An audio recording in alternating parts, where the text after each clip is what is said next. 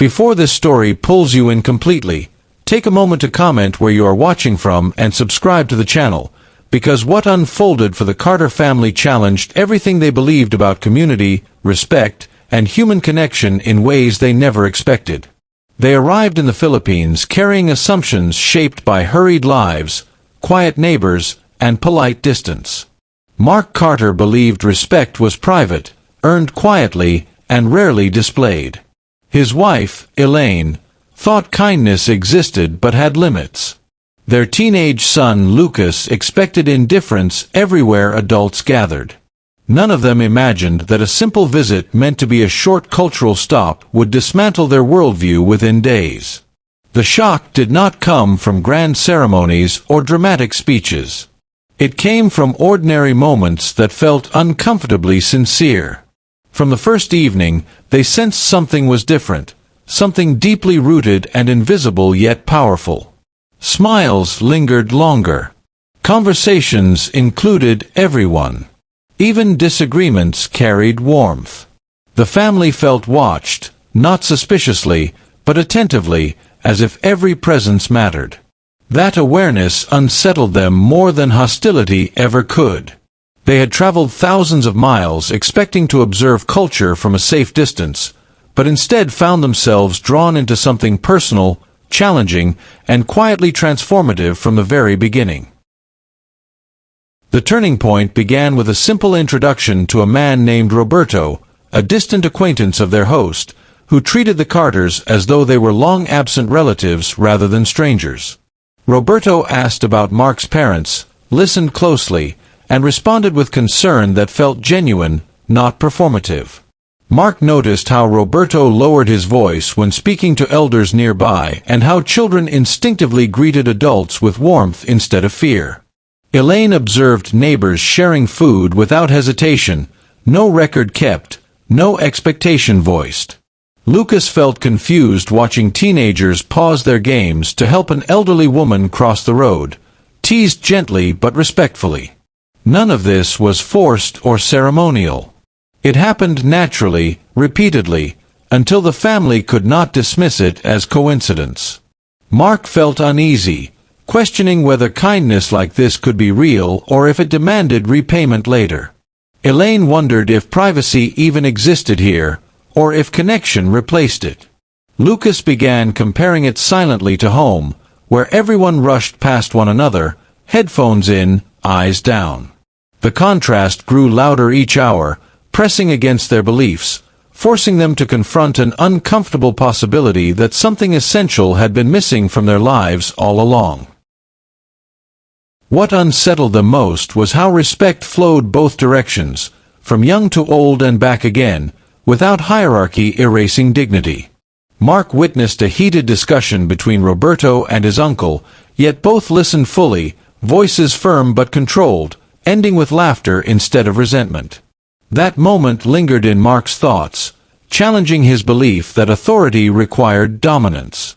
Elaine noticed how women spoke freely, supported by family members who did not interrupt or dismiss them. She realized respect here was not silence, but attention. Lucas experienced something unexpected when a local boy named Paulo apologized sincerely after a misunderstanding, not because an adult demanded it, but because he believed it mattered. Lucas felt embarrassed remembering arguments back home that ended with slammed doors and unresolved anger. Each interaction chipped away at their certainty. They were not being entertained by cultural politeness. They were being shown a system of values practiced daily. The family felt both welcomed and exposed, as though the warmth around them illuminated their own emotional distance. Respect here was not an abstract concept discussed in books. It was lived openly, repeatedly, and without apology, leaving the Carters struggling to reconcile admiration with discomfort. The realization deepened during a family gathering where generations shared stories without rushing, interruptions, or phones stealing attention. Mark watched a grandmother named Lorna speak slowly while everyone listened, even children fidgeting respectfully until she finished. He felt an unexpected tightening in his chest, remembering how often he cut off his own parents during calls. Elaine noticed how disagreements were voiced calmly, framed around understanding rather than winning. She reflected on arguments at home that escalated quickly, fueled by defensiveness instead of care. Lucas found himself speaking less, listening more, absorbing how humor softened criticism and affection tempered honesty. No one mocked vulnerability. No one dismissed emotion as weakness.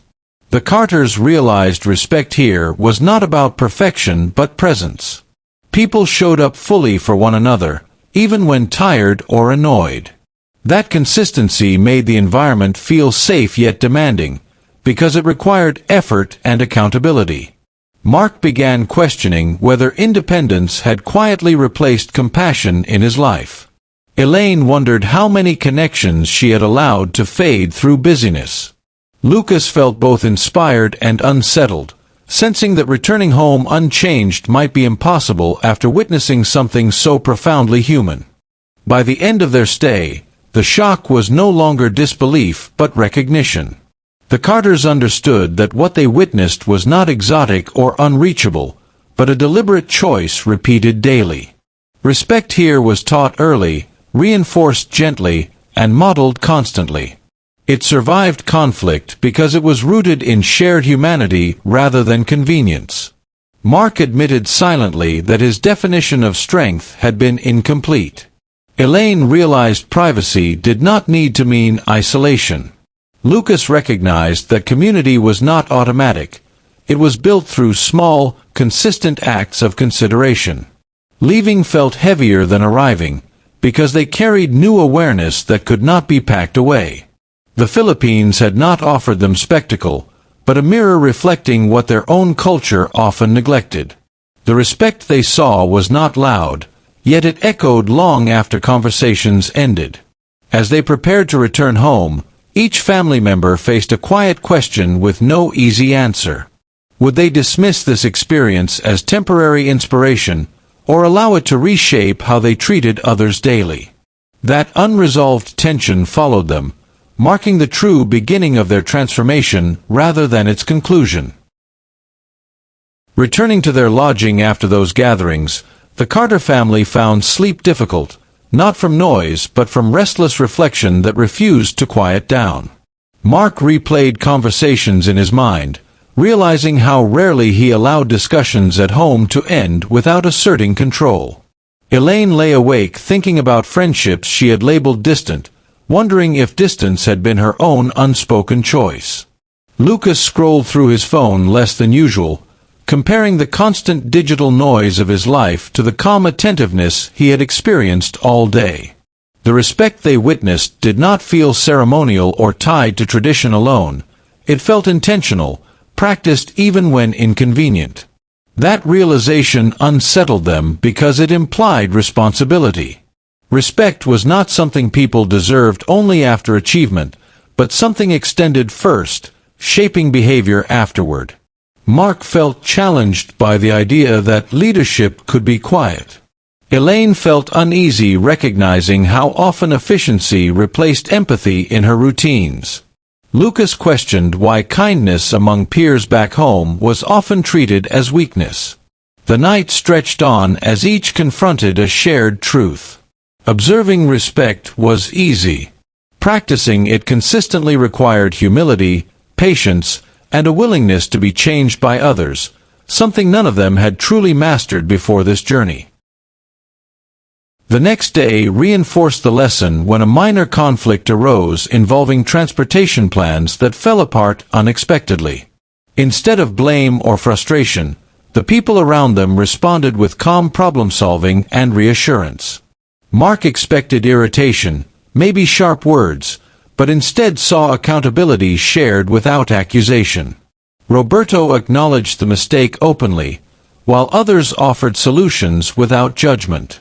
Elaine noticed how tone mattered more than words, how voices remained steady even under inconvenience. Lucas observed younger children learning by example, watching adults navigate frustration without anger. The situation resolved smoothly, leaving no emotional residue. That moment struck the Carters deeply because it contrasted sharply with similar situations back home, where minor disruptions often spiraled into tension. Respect here acted as a stabilizer, preventing conflict from escalating unnecessarily. Mark realized how often he equated efficiency with success, overlooking emotional cost. Elaine saw that patience saved time rather than wasting it. Lucas felt surprised by how safe disagreement felt in this environment. No one stormed off. No one withdrew. The absence of drama was not boring, it was relieving. They began to see respect not as restraint, but as a tool for maintaining harmony without suppressing honesty. As days passed, the family noticed how respect extended beyond interpersonal behavior into shared responsibility. Neighbors cleaned communal spaces without being asked. Elders were consulted on decisions, not because they demanded authority, but because their experience was valued. Mark felt humbled watching younger adults seek advice without resentment.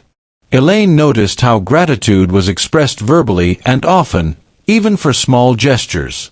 Lucas witnessed peers acknowledging effort instead of mocking it. This collective mindset unsettled the Carters because it contradicted their assumption that modern life required emotional detachment to function efficiently. Here, connection seemed to make everything work better. Mark reflected on corporate meetings filled with competition rather than collaboration. Elaine thought about school environments where acknowledgement was rare and criticism abundant. Lucas remembered classrooms where students avoided participation for fear of embarrassment.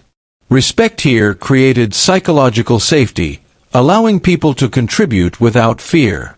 The Carters began recognizing how much emotional energy they spent protecting themselves back home. That constant defense suddenly felt exhausting.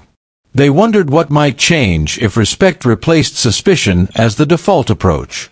The question lingered uncomfortably, because adopting that mindset would require vulnerability, something they had long learned to avoid. The most confronting moment came when Mark was gently corrected by someone younger than him during a discussion. Instinctively, he felt resistance rise, prepared to defend his position. Instead, he noticed how the correction was offered respectfully, without embarrassment or superiority. Others waited patiently, allowing Mark space to respond. He paused, something he rarely did, and listened. In that pause, he felt years of conditioned defensiveness loosen. Acknowledging the correction did not diminish him, it strengthened the exchange. Elaine watched this unfold, realizing how rarely she witnessed men accept correction without tension. Lucas felt surprised seeing his father change, even subtly. That moment marked a quiet shift. Respect here allowed growth without shame. No one lost face. No one gained dominance. The conversation simply improved. Mark later admitted internally that ego had often blocked learning in his life. Elaine considered how often she softened her opinions to avoid conflict rather than trusting respectful dialogue. Lucas wondered how different school debates might feel if disagreement was treated as collaboration instead of competition. That single exchange carried weight far beyond its content. It demonstrated that respect was not passive politeness, but an active commitment to shared understanding. As their departure approached, the Carters felt an unfamiliar reluctance to leave, not because of comfort, but because of responsibility. They sensed that witnessing this culture of respect created an obligation to respond somehow. Mark feared returning to old habits, slipping back into hurried conversations and emotional shortcuts. Elaine worried that daily pressures would erode the clarity she felt here. Lucas felt anxious imagining school hallways where kindness was conditional. Yet none of them wanted to forget what they had learned. The respect they observed was not flawless or idealized, but consistent enough to shape behavior. It challenged the belief that empathy slowed progress. Instead, it seemed to sustain it. The family realized that culture was not defined only by geography, but by repeated choices. Leaving the Philippines did not mean leaving the lesson behind. The real test waited at home, where respect would not be reinforced collectively. That thought weighed heavily. Transformation, they understood, did not require admiration alone. It required practice. As they prepared to return, each carried a quiet resolve, uncertain but sincere, to test whether the respect that shocked them could survive outside the place where they first truly understood its power. The flight home felt longer than expected, filled with silence that carried more weight than conversation. Mark stared ahead, replaying moments where restraint had produced better outcomes than control. Elaine reviewed her messages, noticing how often she rushed replies without thought. Lucas listened to music but found himself pausing tracks, distracted by memory rather than sound. They were returning physically, but mentally they lingered somewhere between what was familiar and what had changed. The respect they experienced had set a new internal standard, making old habits feel inadequate. Mark realized he no longer wanted to dominate discussions to feel heard. Elaine felt a growing discomfort with surface-level interactions. Lucas questioned whether fitting in required emotional distance. Each carried a quiet fear that the environment awaiting them would undo these insights. Yet the seed had been planted. The journey back was not just a return, it was a transition.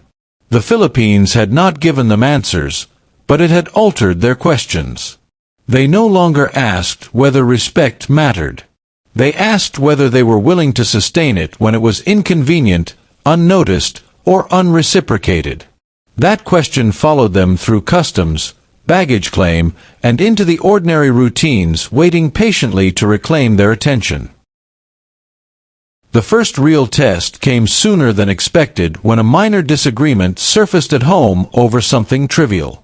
Old instincts stirred. Mark felt the urge to assert authority quickly and move on. Elaine felt herself preparing to withdraw rather than engage. Lucas sensed tension building and watched carefully. Remembering what they had witnessed, Mark paused deliberately, choosing his words with care. Elaine stayed present, resisting the impulse to shut down. Lucas spoke honestly without sarcasm. The conversation unfolded differently, slower but calmer, ending with understanding rather than frustration. The change surprised all of them. It felt unfamiliar, slightly uncomfortable, but undeniably better. That moment revealed how fragile yet powerful the shift was. Respect required conscious effort, especially in familiar environments where old patterns thrived. Mark recognized that leadership at home could be collaborative. Elaine realized engagement did not mean confrontation. Lucas felt encouraged that his voice mattered. This small victory reinforced the lesson they carried back. Respect was not sustained by location but by intention. It demanded patience and vulnerability, yet rewarded both.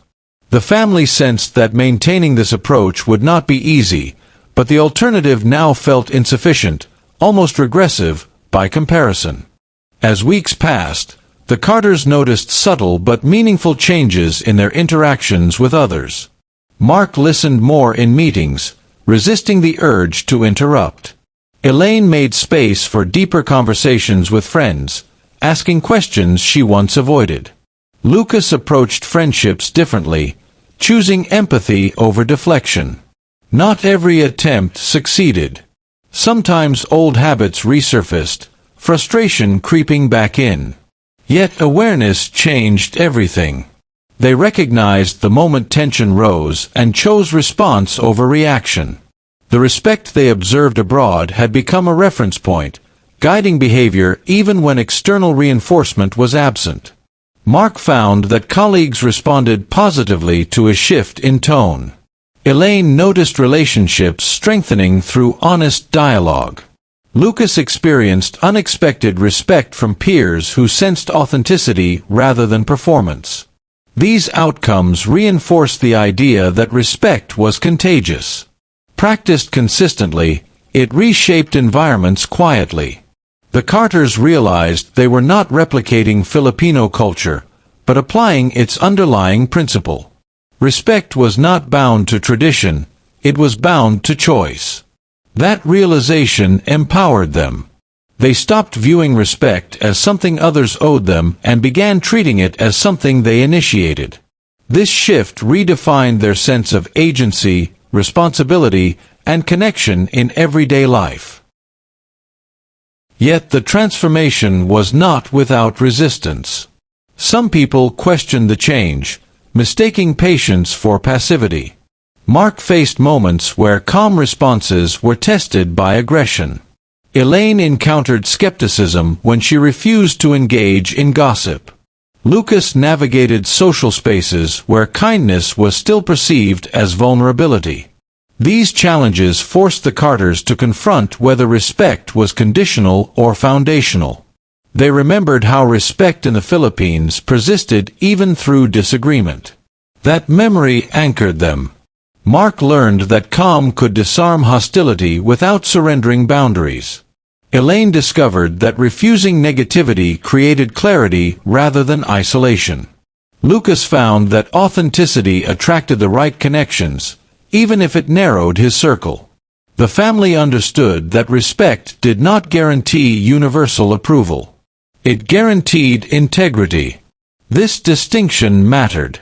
They were no longer seeking comfort alone, but coherence between values and actions. Respect became a compass rather than a rule. It guided decisions quietly, shaping responses before words formed. The Carters realized that this internal shift was the true shock of their experience. It was not what they saw abroad, but what they carried home and chose to live out daily, despite resistance, doubt, and inconvenience.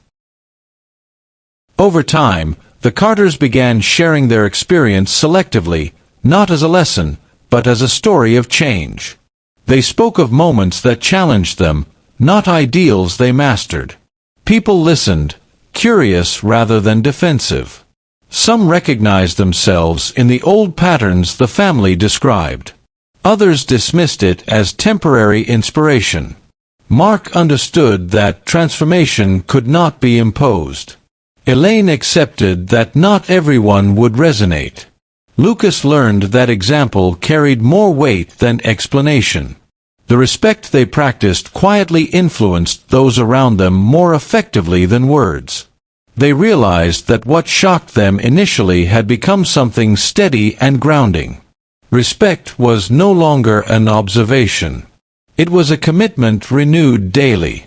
The Philippines had introduced them to a different way of relating, but the responsibility to sustain it rested entirely with them. That understanding brought both humility and purpose. They stopped measuring success by external validation and began valuing consistency. The family did not claim to have changed completely. They claimed only awareness and effort. Yet that effort reshaped their relationships, decisions, and sense of belonging. The shock had evolved into clarity, and clarity into action, marking a transformation still unfolding rather than finished. Months later, the memory of that first shock had softened, but its influence remained unmistakable in how the Carter family navigated daily life. Respect had become less about inspiration and more about discipline. Mark noticed how easily impatience returned when deadlines tightened, yet he also noticed how quickly conversations improved when he slowed himself intentionally. Elaine found that emotional honesty required energy, especially on difficult days, but the alternative now felt hollow. Lucas continued testing this approach in environments that did not always reward it, learning when to stand firm and when to walk away. None of them romanticized the change. Respect did not solve every problem or eliminate conflict. It reframed it. Arguments still happened, but they ended with understanding rather than damage. Silence still occurred, but it was chosen, not weaponized. The family realized they were no longer shocked by respect, They were accountable to it. That accountability created consistency, not perfection. They stopped seeking dramatic outcomes and began valuing steady ones. What once felt foreign now felt essential. The Philippines remained a place on a map, but its lesson lived in their habits. Respect had moved from observation to obligation, quietly shaping who they were becoming without announcing itself or asking permission. Looking back, the Carters understood that what unsettled them most was not kindness itself, but its consistency. Respect shown only when convenient was familiar.